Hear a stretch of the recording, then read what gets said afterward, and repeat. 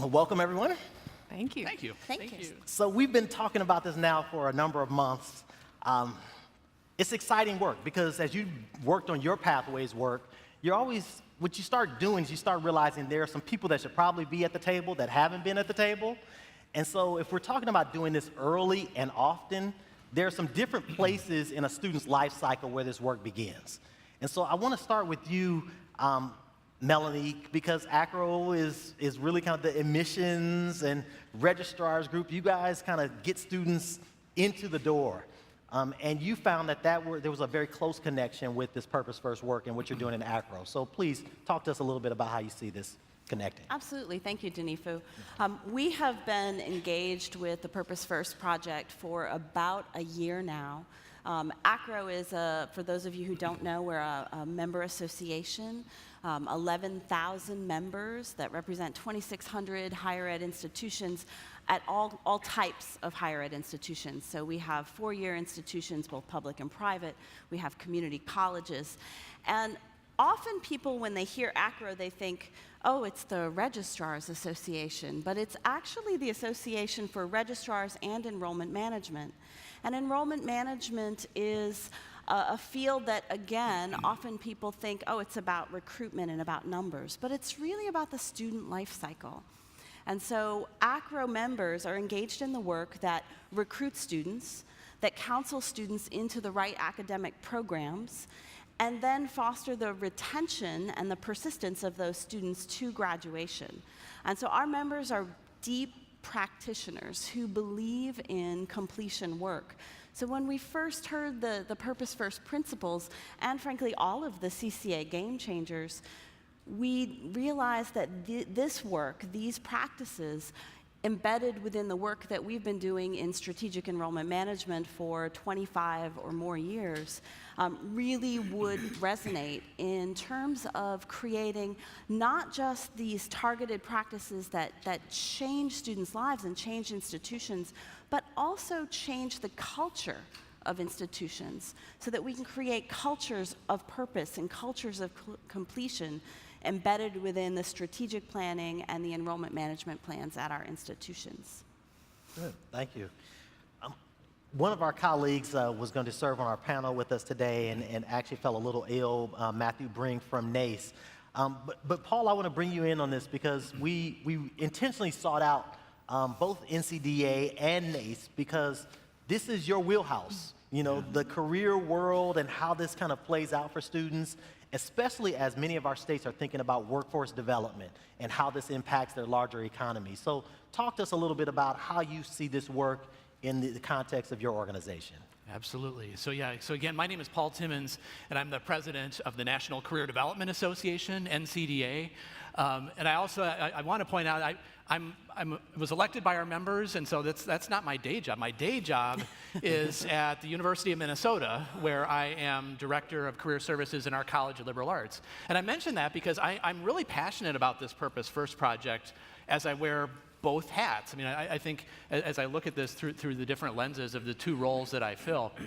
But just a couple words about NCDA. So we actually have been around for more than 100 years. So NCDA, you know, why I get excited about it and I'm so proud to represent it is that NCDA, you know, if you've taken a career development class, if you studied career development in grad school, you were reading about theorists who were probably NCDA members, you were studying research that was probably done by NCDA members. Over many years, over a long period of time, our members have been out there trying to figure out what works in the career development world and what we can do to support anyone making career choices across a lifespan. So NCDA, through all that time, I think has come to the very strong realization, the strong conclusion that career development is not something that happens once. A career choice is not a one-time thing that gets finished. It is something that is an evolving, lifelong process that needs to honor who the whole person is and needs to allow them to become more of who they are. And that's why we're so enthusiastic to be part of this Purpose First project. I mean, to kind of connect with Purpose First and to realize that We're trying to get students to be thinking about purpose earlier in college, even before they enroll in college, to get students to realize that career development isn't something that just happens in a career center that's off somewhere on the side of campus. I mean, it's a partnership. Career development needs to be a partnership across the institution of career counselors, advisors, admissions, orientation, first-year experience, faculty. It needs to be a partnership of all of that. So I think those are all the reasons why NCDA is proud to be here, is the chance to help make sure that we're supporting this notion that career development is a lifelong thing, and it takes time, it's work, but working together, we can push students in some important ways. Absolutely. And so, Amelia, NASPA, something near and dear to my heart. I've been a member, an active member, since the beginning of my professional career in higher education. And so, you know, we didn't want to do this work without thinking big picture about holistic student development. And so talk to us a little bit about how NASPA sees themselves playing a role. Well, thank you very much for the invitation. First off, I want to say I think I'm uniquely positioned here. We have something in common with just about everybody up here.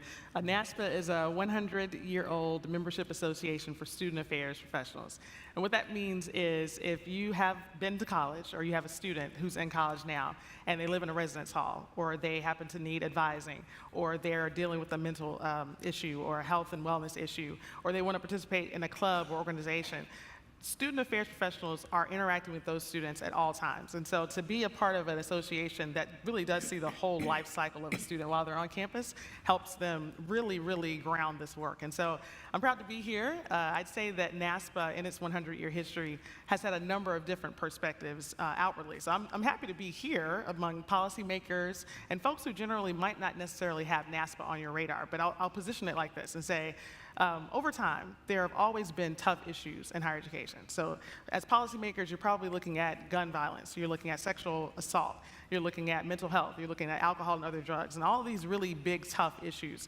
Student affairs professionals are there addressing those on campus, and that's part of our mission. How can we provide safe and inclusive campus environments?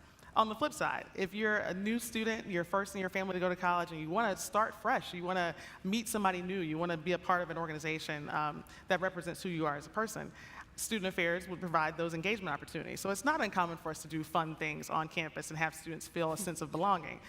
I think we will keep both of those identities. But somewhere in the middle is this new imperative right now. It's the degree completion imperative. And how would student affairs professionals keep those two identities? How do we continue to provide safe and inclusive environments?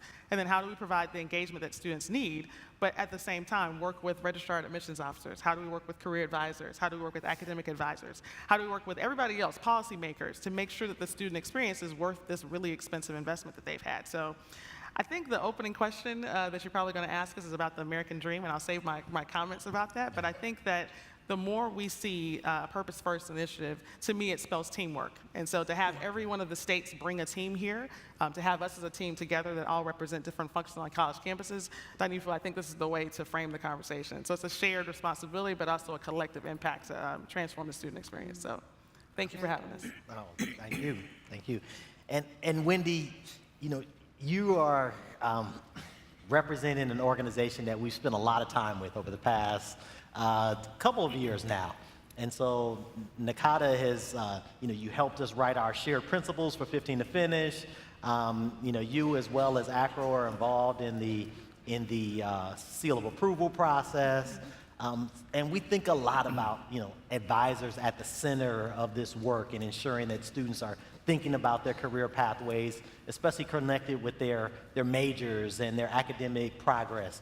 So talk to us a little bit. I know you have a few slides about NACADA, but really kind of help us see how you think that kind of weaves into this larger Purpose First narrative.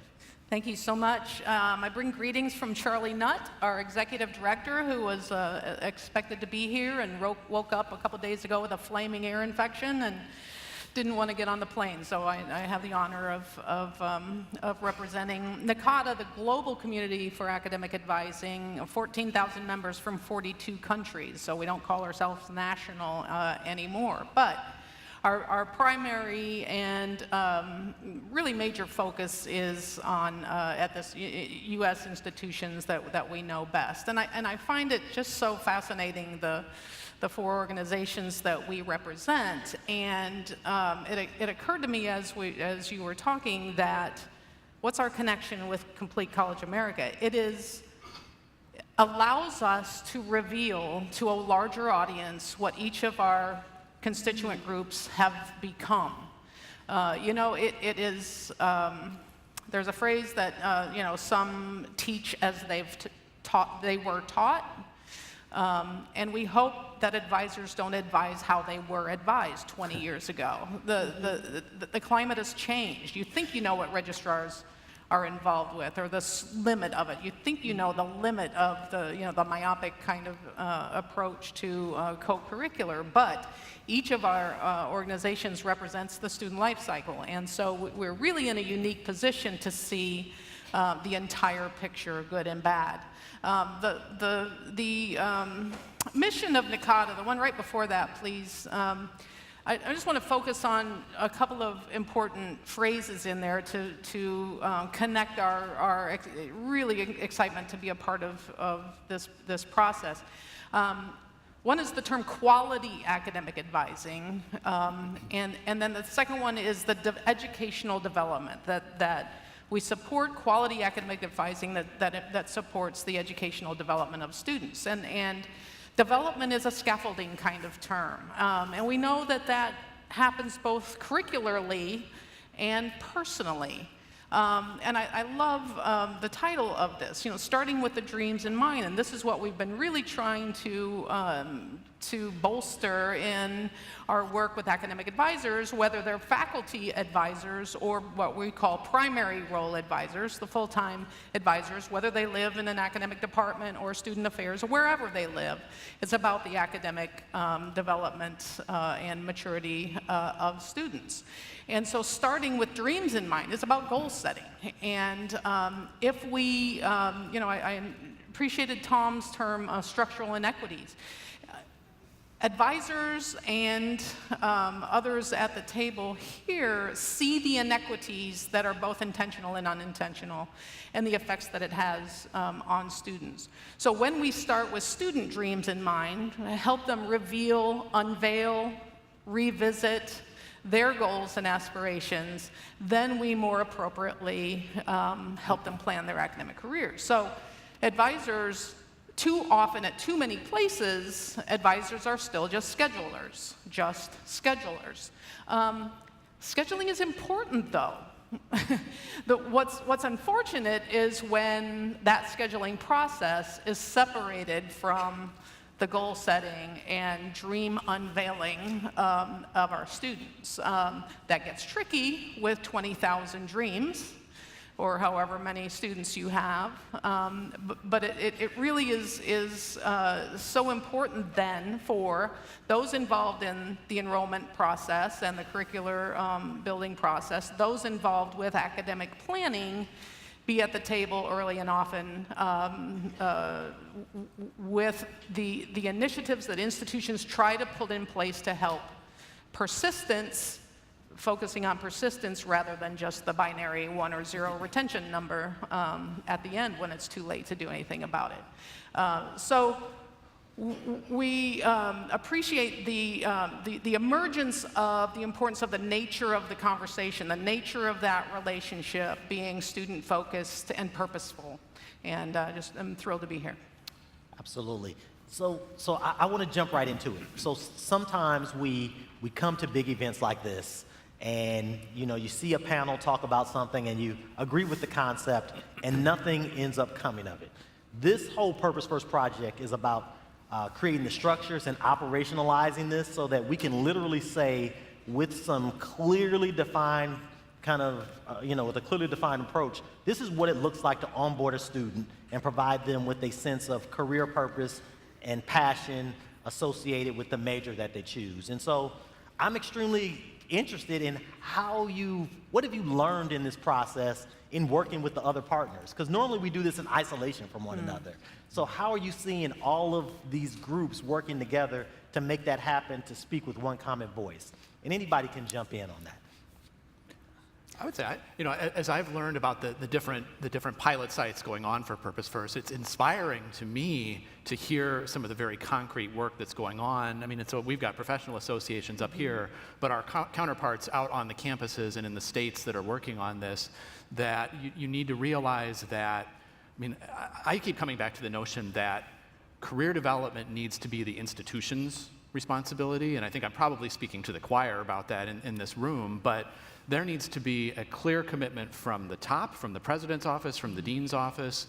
There needs to be a clear language and understanding across all the different functional areas that influence a student's life to make sure that people are all on the same page.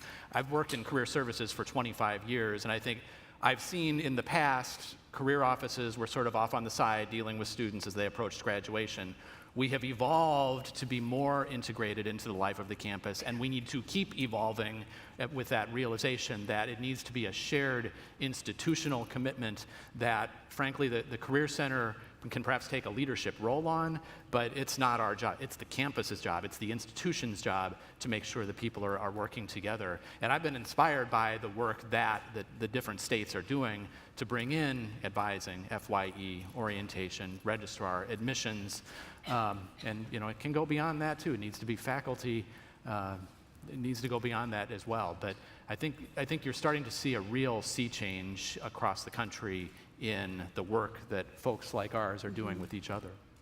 Gotcha. I would add to that, and I would sum it up in 2 words: strategic communication. And it sounds very simple, but it truly is. But I'd say on 2 fronts. So from an organizational standpoint, it's critical that after this panel that you and I sit down and we talk about what we have going on.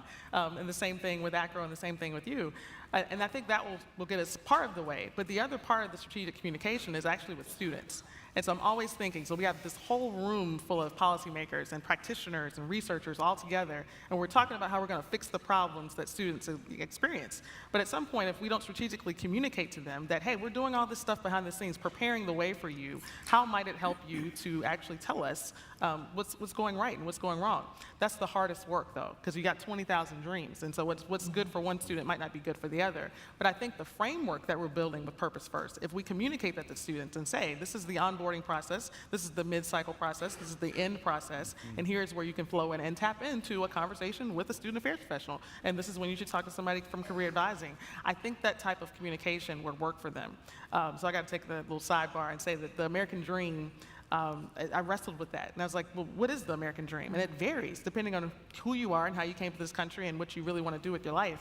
And I feel like I should start with my American dream, which is to live aspirationally at whatever point. I work in an industry that, and to be honest, not everybody will take advantage of. Not everybody is going to college, and I think that's the sad point. But the positive in this is that I think formal schooling and education could be separated. There are plenty of opportunities for you to prepare yourself for life at 42 or 82. And I love the stories about someone who decides at a later age they want to go off and do great things. I think that the dream of living aspirationally is where we come in, though. So that whatever point a student, any one of the 20,000, gets here, we can provide them a roadmap. It's unfair to them to have them spend all this money and not have a connected network working behind the scenes. But it's also unfair to not let them know that the network exists and how they can actually flow in and out of the campus. So it's a different type of communication. It's going to require people to get out of their offices and actually interact with students more often. It's going to require more manpower, more investment, more strategic use of resources. But I feel like a purpose-first agenda and it being mission-centric and shared across the board will be clearer to students, and they will feel like they belong here and that we are there to actually not just get things done programmatically, but actually help them succeed. So it's a long-winded answer, but that's what I'm really thinking. No, absolutely. Absolutely. I would add really quickly, the other thing is to encourage scholarship and to understand and know the difference between market research and systematic scholarly research, and to support faculty. The Scholarship of Teaching Learning, SOTL movement is finally starting to take hold. There's a pedagogy to teaching that ought to be studied. There's a pedagogy to the work that we're doing here that ought to be studied systematically, and that's a real opportunity for partnerships across disciplines, across lenses, and to support just real evidence of what works. I would love to say that what has really been the most surprising and the most rewarding is a confirmation of the work that we've been doing for the last 25 years in strategic enrollment management. And so that has always been the connection of research around taking care of what the student needs, and the rest of your enrollment will fall in place. And the strategies that we have witnessed in the CCA projects have been data-driven and proving the fact that if you do that, institutions, and therefore students, will be successful. Too often, our institutions get focused really narrowly on their enrollment goals, their revenue goals, because they're trying to survive in this rapidly changing environment. And this is just a reminder that connecting with all of our colleague associations, that if you just pay attention to the work and the mission and are really intentional, then the rest will fall into place. Your enrollment issues will no longer be issues because you're doing the work, you're graduating the students, you're making those connections, and you're bringing students to their purpose. Gotcha. So one of the things that we did in this process, you know, we thought very high and aspirational about some core principles, but we also wanted to get into the details of what this actually looked like. And I remember us in some of the earlier conversations, we did this activity, which is if you were king or queen for a day, and we had to get students to identify a sense of passion and purpose, what would that look like for your organization? So not broadly, but in real practical terms, because you know, a little later on, you'll get a chance to hear a breakout session from the community college system in New Hampshire, as well as Houston Community College. They are operationalizing this. They literally have a plan of how to help students, and much of that has been driven by some of the things that you've informed them of. And so, talk to me a little bit about, you know, what are some really tangible pieces of how that looks for people who get the opportunity to potentially shape that for their states and for their institutions. And anybody can start. Yeah, I want to brag on New York. I don't know if New York's here, but it's their applied learning initiative. It's the idea that, you know, we have this age-old conversation. Holidays are coming up, you're going to be sitting at the table, you ask a college student, what are you learning? And they tell you the classes they're taking, they tell you their major, and you want to ask them, but what are you learning? And similarly, when they graduate college, you ask them, how was college? And they talk about the classes they took, but they more so talk about what they did when they were on the campus. And so I'm tying this together to say that applied learning, I feel like, is a tenet that NASPA, as an association, is doubling down on. This idea that learning happens in the classroom in your specified major, but it also happens outside the classroom. If you're doing an internship, or you have a part-time job, or you're part of a club or organization, there are skill sets and competencies that employers want, that graduate students, you know, need to have when they go to graduate school. And the better we can prepare students to start thinking holistically about their learning and making connections, even if they have to stop out. I know that the completion agenda is not where we want it to be, but let's say you're a sophomore and you have to stop out, you have a family emergency. If we start preparing them to prepare their resume and their co-curricular transcript and all these documents that say, I'm thinking holistically about what I know, even before I graduate, I feel like that type of purpose first thing for NASPA is going to be huge, because we're the prime conveners of all things co-curricular. And so I think that tying the co-curricular with the academic learning helps the student tell their story. And the better they can do that, the better prepared they'll be when they go into the workforce. Oh, I'm sorry, go No, that's ahead. okay. I would just love to jump in on that and say that we've been working with NASPA now for a year and a half or so, working on what is an old idea, which is co-curricular transcript, and giving it new life, and has evolved into sort of a comprehensive learner record to give students the tools to actually articulate those learning experiences that they're having. Because we know that these things that we do on our campuses, giving students leadership opportunities, the co-curricular activities, all of those sort of high-impact practices that we practice at our institutions, but we don't do a great job of giving the student the language to articulate those to their potential employers. And so that's some of the exciting work that we've been doing with NASPA in order to create models for institutions to implement that, which then equips students and gives them that language. And I'll jump in and say it's too bad Matthew couldn't be here representing NACE, because NACE has done some tremendous work in developing their list of 8 competencies that are giving a way for students to frame what they're learning in the language that employers understand. And I mentioned too, I'm wearing two hats, which is important. Not having hair, you got to wear hats. So I realize I'm not here because of my role at the University of Minnesota, but you asked about kind of very practical, tangible things that people are doing. And I'm proud of the work that we're doing in our College of Liberal Arts, where we have we've developed our own list of 10 core career competencies as a part of our Career Readiness Initiative. And we have every single of our first-year students through their first-year experience course. Students come into the Career Center, they meet our staff, they do a resume, they do the super strong interest inventory, they meet with an academic advisor to review the results of that. We want our students to know early on that this sense of purpose, this sense of learning about why you're in college, what you can get out of a liberal arts degree, that needs to be moved up earlier in the college process. And I think some of those partnerships that institutions can develop with making sure advisors are cross-trained on career issues, making sure at orientation they're talking about career outcomes.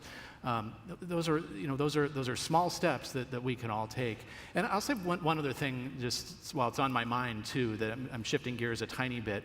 But one of the things that we've done well in NCDA is we have what we call our Facilitating Career Development Training Program. And we are really trying to find ways of delivering training to people doing career development work who don't necessarily have counseling backgrounds, right? People who are working in career development, maybe in advising setting, but it might be in business or private practice, any type of setting. And so I just want to give a kind of underscore, knowing that I'm in a room full of decision makers, the importance of supporting professional development and training for staff who are doing career development work. And whether that's using resources that NCDA has developed or from someplace else, I think sometimes in the career world we get people have the vibe, well, I've done a resume, I can talk about career, and it's more complicated than that. Anyone can, and everyone across the institution should be thinking about career development, but making sure that staff members and faculty are well supported and well trained, I think, is an important part of the equation. Absolutely. Wendy. Jump quickly on, I love the word give students the language too, because that reveals, kind of unthought knowns about why they're there, where they're headed, and sometimes that takes a lot of effort to get that unveiled. There's a wonderful article by Collier and Morgan on the difference between first-generation students and continuing generation students' expectations of faculty, what they perceive faculty's expectations are of them. And they use the models of role-playing and role-making that usually continuing generation, those whose parents or somebody they're connected to has been to college, know the roles they need to play in the classroom and wherever, but they also have the capacity to make new roles that they haven't seen before, and that many of our students, regardless of age, regardless of background, especially first generation, are challenged in that way to make new roles, because it's constructivism. You're like, I got to attach this to something I know before I can make it something different. So helping students self-actualization, whatever the authorship, whatever that term is a scaffolded process as well. That's very individual and critical. And so those handoffs, the handoffs between the entities that touch them need to be caring and seamless and integrated. And what that looks like structurally is often unfortunate. Thank you. So this will be my final question, and it's really kind of going back to what I was sharing in kind of the opening remarks. We come up with these ideal principles, these ideal practices, and it means absolutely nothing if it just lives in a book and it just was kind of something that a group came together to do. We want individuals to put this into practice. And all of you are very well situated.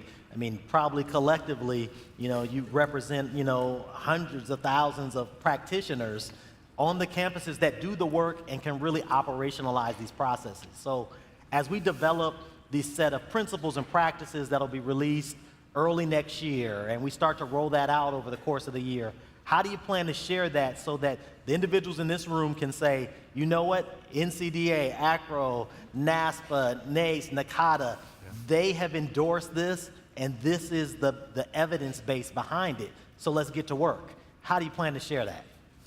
Well, I can talk about, we work very directly with the very front end of the process. And so when we are envisioning working not just with revamping all of our training and development for admission officers and enrollment managers, but also working within institutions and institutional leadership to redefine the goals for those roles. Because if your goals are narrowly focused around the number of bodies that you get in seats, as opposed to the way that you bring a student in and give them a purpose and get them into a major that makes sense for them, then your practices day to day are never going to change. And so we're really excited about refocusing the direction of training the front end people, admission officers, to be stronger counselors and developing metrics around how to measure that and how to goal set institutionally so that they're evaluated on those practices. And that's a pretty fundamental shift, and it's going to be a heavy lift at the institutional level, but I think we're ready to do that, especially in partnering with these other organizations that are our colleagues. Keep it going, Paul. Yeah, I think, you know, from NCDA's perspective, the principles and the draft that we've been working on, you know, when I put that in front of my colleagues, they all go, yeah, great. I mean, it's kind of, NCDA folks are going to look at this and go, that's exactly what we do. That's exactly what we aspire to. So, you know, I think for me, I could see NCDA members, it'll be important for us to put that out in front of them. What I am equally excited about is the opportunity to put out in front of our members examples of the ways that the Purpose First principles are getting implemented across our college campuses, across our states. So I think through our publications that we have, through our e-publication, through our print publication, through our conference, I could totally see putting this work in front of our members. But I think the document itself will be great. I'm proud of the way it looks so far, but getting those examples out in front of people will be especially powerful because we can learn from each other, and the things that work on one campus might not exactly work elsewhere. But I look forward to helping to lift up those examples so that we can help students think about purpose more deliberately earlier on. Amelia. The softball question, Danifu. I mean, I think on the lowest hanging fruit is, you know, we're a convener. So NASPA has an annual conference. We have lots of online programming, all that stuff. So within our membership base, we could totally take a document that's been vetted across all these associations and say, this is going to be good work. But I imagine for an audience of professionals who are going back into a policy environment, what does that mean for them? I think we should encourage the role of matchmaker. So to some degree, if you see a document like this in your state, take that and write your college presidents in that state and say, have you seen this? And if so, what could you do to keep this going? In a real practical sense on a campus, I think the matchmaking should be department to department. And one maybe much more difficult piece of fruit to attain is data. Everybody has data to some degree. So student affairs professionals, we have it from ID cards, we have it from mobile apps, we have it from sign-in sheets. But chances are we don't always share that data with other departments on the campus. And so I feel like to some degree, this is work that's already happening. I think that the vetting of it, the formalizing of it is just a way of acknowledging this is good work, we should keep doing it. But I'd love to see a policymaker take that document and say, hey, have you seen this? Have you heard this? Are you doing something like that? And if the campus says, yes, we are, the next level down is to say, what data and information are you already using to promote something like this? And who knows about it? And if there's somebody that you can think of that doesn't know, then play the matchmaker role and say, let's sit down and let's talk about this. Because to some degree, I'm always a fan of a good report. I mean, I lead our research and policy stuff, so I like a good, strong, healthy report. Right. But we don't have time to consume all of that. To make it actionable, you've got to have one or two things that you can do right now. And I can imagine a policy person, from my background in policy, they want you to hit them with the high points. Give me two things that I should know. So those would be my multifaceted set of strategies to keep it going. And Wendy, you have a final word on this. I'll be brief. My colleagues have nailed it, ditto. Here comes a double negative. What we don't have are impassionate, uninterested practitioners and really good faculty who aren't willing to do this work. So that's a triple negative. What we find, a recent survey on what are barriers to an effective academic advising systematic integrated process, is academic leadership who don't yet understand or prioritize the role of academic advising and student success, of co-curricular and students of success, of pathways that are coherent to student success. And so it really becomes a self-study, a self-reflection at the institutional level to be able to be willing to change that. So we're launching a new program in the next year that will be a major self-study of advising on campuses that will build the Purpose First principles into, because change will happen when an institution collectively wants to change, not when someone from the outside puts it upon them. Can we please give our panelists a round of applause? Please, thank you.